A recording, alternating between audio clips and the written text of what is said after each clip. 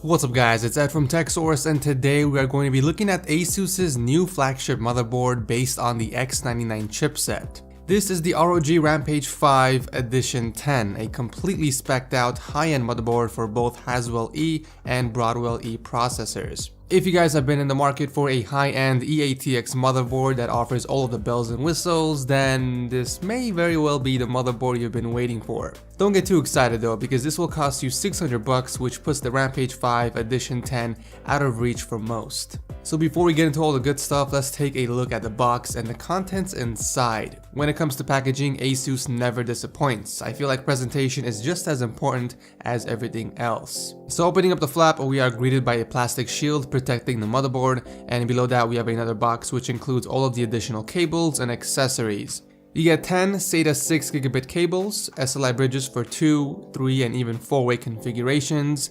They've also included their dual-band Wi-Fi antennas, 1 fan extension card along with the I/O frame, and 2 ROG coasters, which I thought was very cool. The motherboard also comes with Supreme FX Hi-Fi, a front panel headphone amp that delivers sound exactly how the studio intended. Pure unadulterated audio delivered straight to the listener's ears. The ESS, DAC, and amp work in harmony to faithfully reproduce every detail without distortion or jitter. It's perfect for hardcore gamers that need to hear every little detail, from gunshots to enemy footsteps. Essentially, this eliminates the need to buy an aftermarket sound card. The only gripe I have with this is that you will need to connect your audio device to the front of your case, which can be annoying at times, especially if your case has a front door panel that doesn't close all the way due to the knob sticking out. Aesthetically, this is one beautiful motherboard, an all-black PCB with stealthy black heatsinks and I/O armor. I do wish that the top heatsink didn't protrude out as much, or better yet, if it was located slightly lower on the motherboard, because installing a radiator with 120mm fans proved to be impossible. The heatsink on the board came in contact with the fan, so I was forced to go with an alternate route.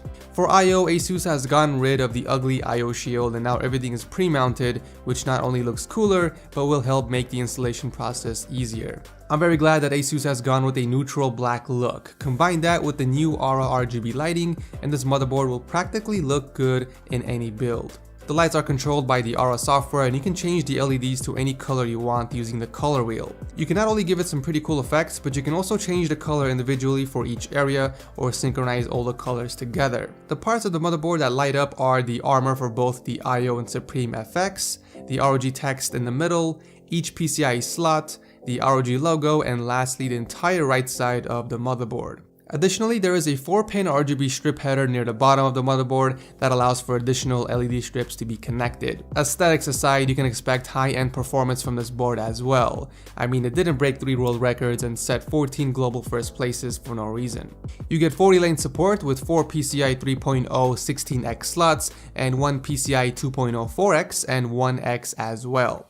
This means you can have up to 4-way SLI or crossfire configurations depending on how many lanes your CPU provides.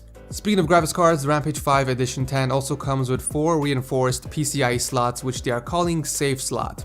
It basically prevents the GPU from sagging and adds overall strength to each slot, meaning that they are less prone to breaking off. For memory, you get 8 DIMM slots up to a maximum of 128GB of DDR4 RAM with speeds up to 3333 MHz overclocked. The motherboard also doesn't shy on connectivity, giving you 4 USB 3.1 ports, 2 of which are Type A and the other 2 being Type C. You also get 4 additional USB 3.0 and 2 USB 2.0 ports. The motherboard also features dual gigabit LAN ports and 802.11 AC Wi-Fi for transfer speeds of up to 1300 megabits per second. Hooking the antenna up is also a lot easier than before, so instead of screwing them in, you simply snap it in, which is a lot easier. And finally, for storage, you get 1 M.2, 1 U.2, and 10 SATA 6GB ports. On the motherboard, you get 2 USB 3.0 headers and 2 USB 2.0 headers, which is nice to see considering some high-end motherboards only give us 1 and sometimes none at all. For powering the CPU socket, you get an 8-pin up top with the optional 4-pin for a multi-GPU configuration and stable overclocking.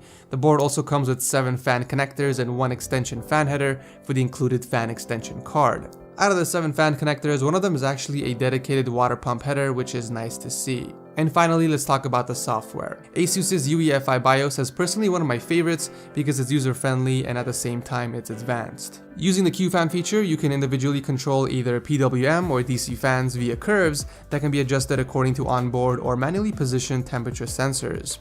And of course, you can't forget the overclocking. You can either do it within the BIOS or use ASUS's Dual Intelligent Processors 5 software and overclock your system by a press of a button.